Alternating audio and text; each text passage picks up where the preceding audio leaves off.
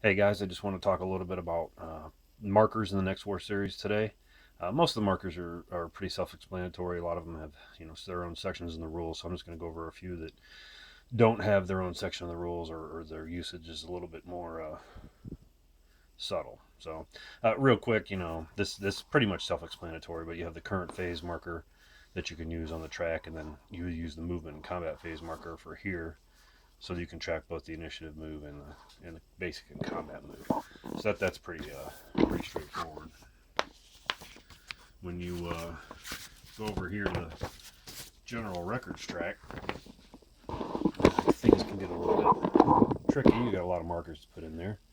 I do want to point out things like the air transport marker and the sea transport limit marker. We'll get those in here. Notice they have 4s on them. That's where they start in the game.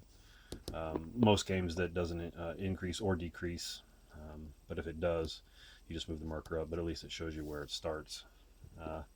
Here for Next War Poland, you have the NATO reinforcement start marker. That you just kind of plop down on whichever game turn you make the NATO roll, Article 5 entry roll for, so you know when to start tracking that kind of thing. These two markers here, we have to track VP differential when it's small enough. Obviously, you can only track up to a 69-point differential with that.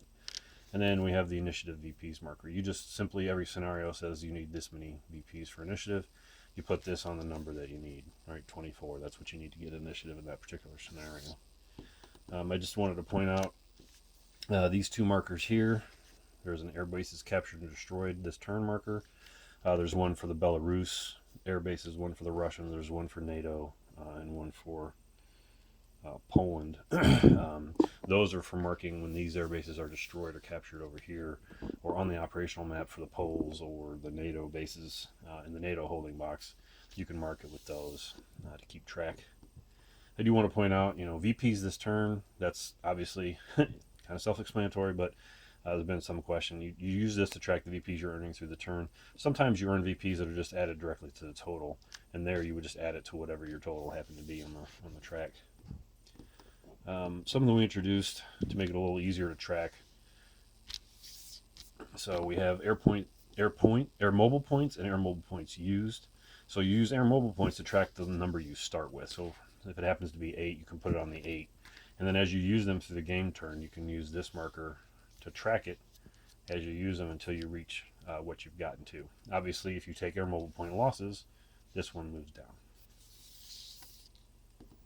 And then finally, we have the number of rolls for auto victory. This is used in conjunction with the automatic victory chart. So notice there is no 0, right? So the first time you achieve conditions that allow you to roll for auto victory, you put this on the 1, and then you roll on that chart under the number of times rolled, including the current one.